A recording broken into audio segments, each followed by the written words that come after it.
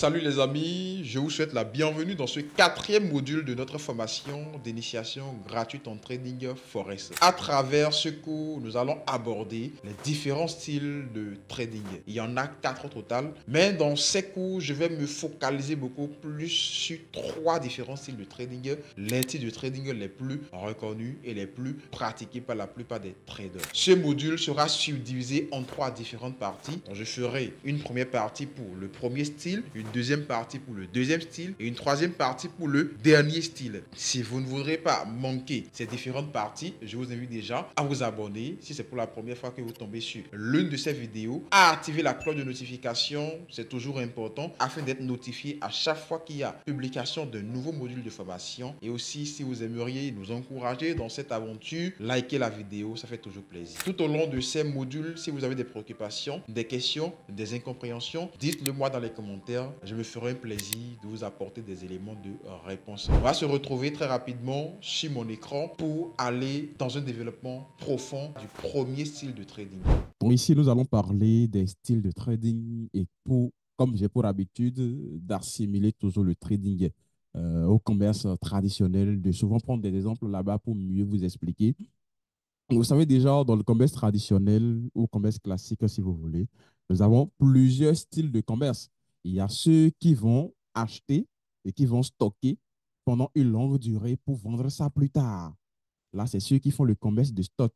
Voilà, eux, ils vont acheter par exemple des bidons d'huile rouge, et ils vont stocker et ils vont revendre ça des mois après. Il y a d'autres, eux, ils vont stocker par exemple du acajou pendant des mois pour revendre ça plus tard, quand ça va coûter plus cher. Il y a d'autres personnes, eux, ils sont dans le auto-auto, c'est-à-dire ils veulent gagner de l'argent auto-auto. Ils ne veulent pas patienter. On va prendre l'exemple de ceux qui vendent, par exemple, des puits à water dans les marchés, ceux qui vendent de l'eau en sachet dans les marchés. Les gens, ils ne sont pas dans le stockage. Et ils vont acheter un sachet de puits à water aujourd'hui, peut-être le matin, ils vont aller acheter peut-être 3 sachets. L'unité coûte 200, ils vont aller acheter 3 sachets à 600. Et dans la journée, leur objectif, c'est de liquider en fait tout. C'est de pouvoir tout vendre et récupérer leur argent pour que le lendemain, ils puissent encore acheter de nouveaux sachets pour vendre encore. Et ça, c'est également un style de commerce. Eux, ils ne sont pas dans le stock. Eux, ils achètent aujourd'hui et ils veulent revendre aujourd'hui coûte et coûte. Et il y a d'autres commerçants qui vont acheter, mais qui ne savent même pas quand est-ce qu'ils vont finir de vendre. Vous suivez très bien les choses que je suis en train de dire, parce que tout ça se rapporte au trading. Il y en a qui vont acheter, mais qui ne savent pas concrètement jusqu'à quand est-ce qu'ils vont pouvoir libérer ça. Par exemple, nos mamans qui ont des boutiques au quartier, qui vendent des divers, qui vendent des yaourts, qui vendent des céréales, des tomates, ou bien des trucs comme ça. Elles vont marcher, prendre le stock, acheter plein de trucs pour remplir les boutiques. Mais elles ne savent pas forcément quand est-ce qu'elles vont finir de vendre tel ou tel produit. C'est un style de commerce. Donc ici, dans le métier du trading, nous allons assimiler ces différentes possibilités à 3 styles de trading. Donc, il y aura ici 3 diverses façons de trader sur les marchés en fonction de votre disponibilité et de vos objectifs. Ici, on parle beaucoup plus de disponibilité et d'objectifs parce que ici, c'est quelque chose que nous faisons en ligne. Donc, ça requiert une certaine présence, une certaine concentration. Donc, le premier style de trading que nous allons aborder ici, c'est le scalping. Le scalping trading. Et ceux qui font le scalping, on les appelle les scalpers. Ceux qui font du trading, ceux qui font le scalping trading, excusez, on les appelle des scalpers. Donc, c'est quoi concrètement le scalping trading? Le scalping trading, c'est tout simplement l'achat et la vente répétée d'actifs financiers plusieurs fois au sein d'une même séance de trading. Là, il s'agit de prendre vraiment des positions courtes qui peuvent durer seulement quelques minutes.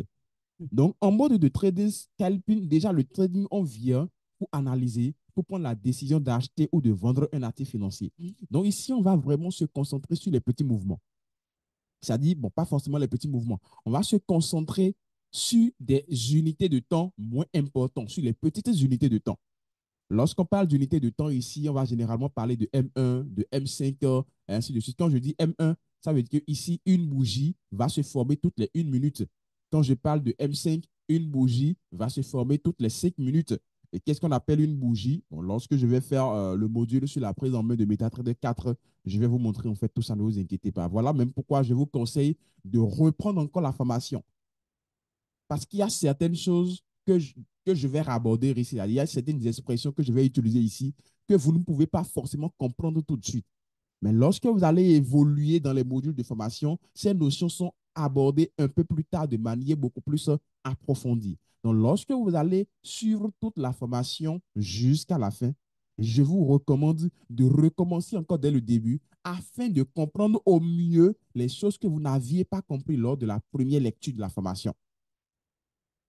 Donc, ici, nous allons utiliser les petites unités de temps, M1 à M5 maximum pour le scalping.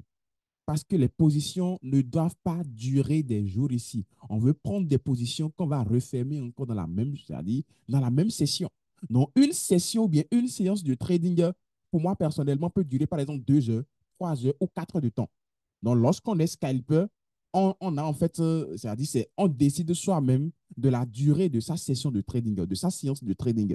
Donc, moi, par exemple, en étant trader scalper, je peux me dire tous les jours, tous les matins de 8 heures à 12 heures, je vais avoir ma séance de trading scalping. Un autre trader, lui, peut décider tous les jours de 14 heures à 18 heures, je vais avoir ma session de scalping. Un autre trader, lui, peut dire, bon, moi, je vais au boulot dans la journée. Donc, c'est le soir que je suis disponible.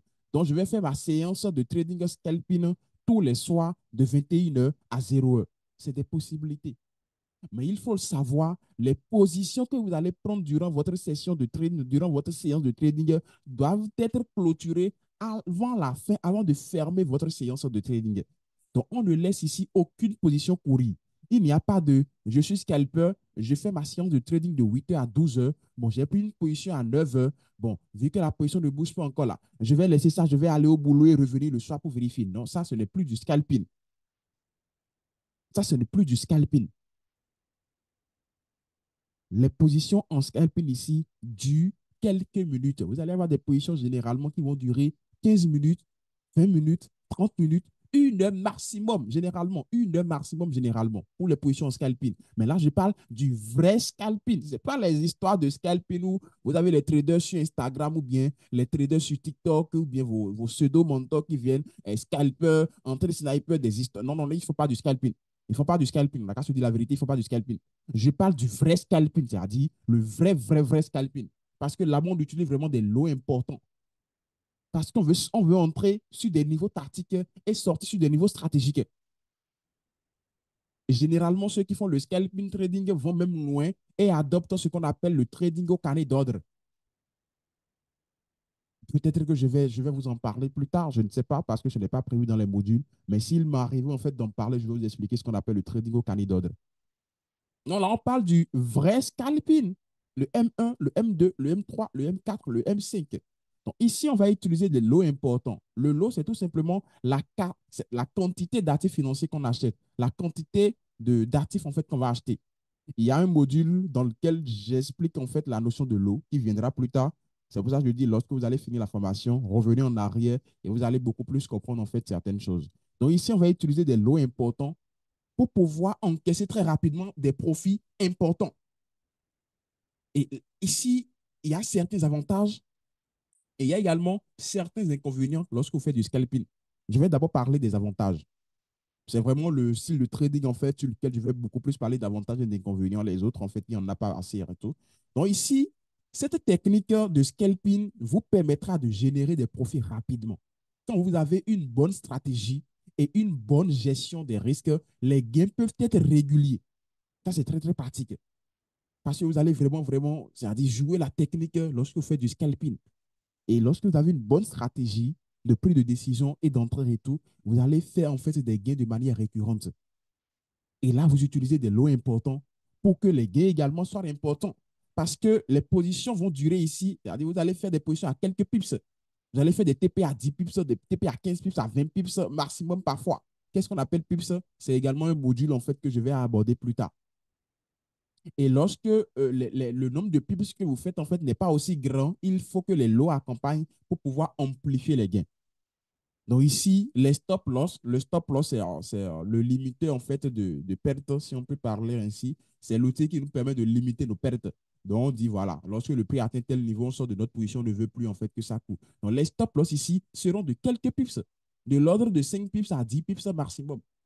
Donc lorsque vous faites le scalping, le stress de vous retrouver plus tard en négatif, en fait, voilà, est presque réduit parce que les positions ne durent que quelques minutes. Donc, lorsque vous faites, par exemple, votre session ou bien votre séance de training de 8h à 12h, après, vous pouvez dormir sereinement parce que vous savez que vous n'avez plus de position en cours, toutes vos positions sont coupées et que vous ne risquez pas de vous réveiller, en fait, avec une grosse pète et tout. Donc, il y a déjà ce stress-là qui est réduit. Vous subissez, en fait, le stress durant votre session de trading, durant votre séance de trading. Mais après ça, la vie continue normalement. Il n'y a plus de problème. Il n'y a plus de problème. Maintenant, les désavantages que vous pouvez avoir avec le scalping, c'est que le scalping demande une présence devant les graphiques. Le scalping demande une présence importante devant les graphiques. Parce qu'ici, il ne s'agit pas d'acheter ou de vendre un actif et de revenir le lendemain sur ces graphiques, voici si c'est en gain ou bien si c'est en perte. Non. On veut rester devant les marchés, on veut rester devant les graphiques pour voir comment le prix évolue, pour prendre nos décisions en même temps, en même temps. C'est auto. Il n'y a pas de revenu le lendemain, mais revenu le soir. Non, tout se passe en même temps. Donc, vous devez rester présent devant vos graphiques durant votre séance de trading. Et qui parle de présence durant les graphiques, parle d'une forte concentration. Et en étant présent devant les graphiques, vous pouvez subir de fortes manipulations émotionnelles parce que vous allez voir les bougies qui évoluent, qui fluctuent. Vous allez voir le prix qui est en train de fluctuer, le prix qui tantôt va dans votre sens, le prix qui tantôt va dans le sens contraire, le prix qui tantôt vous fait perdre moins 50 $, le prix qui tantôt... Et en fait, là, si vous n'êtes pas assez posé mentalement, vous allez vous faire manipuler émotionnellement et vous risquez de prendre des décisions émotionnelles qui vont vous entraîner à votre chute tout simplement. Voilà pourquoi généralement le type de trading qui est le scalping est réservé beaucoup plus aux professionnels qui savent déjà maîtriser leurs émotions vis-à-vis des marchés financiers. Donc vous avez besoin aussi d'une grande concentration parce que le scalping peut se pratiquer en permanence. Et généralement, pour des vrais scalpers, c'est-à-dire ceux qui font vraiment le scalping, durant une séance de trading, ils peuvent prendre des dizaines de positions. Il peut prendre des dizaines de positions. Et vous devez avoir la forte mentalité et cette concentration de pouvoir gérer toutes les positions de manière efficace. Et voilà pourquoi mon conseil, c'est lorsque vous démarrez dans le métier du trading, ne démarrez pas par le scalping. Lorsque vous démarrez dans le métier du trading, ne démarrez pas le scalping trading. Moi, je vous le déconseille personnellement parce que ça demande une forte concentration, une forte gestion émotionnelle. Et lorsqu'on passe son temps devant les graphiques, on peut très rapidement se perdre dans les émotions. Donc, le scalping, ce n'est pas quelque chose, ce n'est pas le style de trading que je vous conseille en étant débutant. Non. Ça, c'est mon conseil. Ça, c'est le conseil du gouverneur. Avec mon expérience sur les marchés financiers, voilà un peu ce que je peux vous conseiller. Nous sommes donc à la fin de ce module et j'espère que vous avez pu apprendre de manière concrète ce que sert que le scalping. Je vous ai dit, ne faites jamais l'erreur de vous embrouiller entre scalping et day trading. Mais c'est quoi le day trading en réalité? C'est ce que nous allons aborder dans le prochain module. Si jusque-là tu n'es pas encore abonné, abonne-toi, active la cloche de notification et lâche un gros pouce bleu, ça fait toujours plaisir. Et pour rejoindre notre communauté de traders particuliers, pour appartenir à notre communauté, c'est totalement gratuit d'ailleurs. C'est sur Telegram. Je te laisserai le lien dans la description et dans le premier commentaire de cette vidéo. Tu cliques directement sur le lien, ok? Tu nous rejoins, tu fais ta demande d'ailleurs et voilà, on va examiner, on va t'accepter avec plaisir afin que tu puisses appartenir au moins à une communauté de traders et suivre comment les choses se déroulent. Je te donne rendez-vous dans le prochain module. Ciao!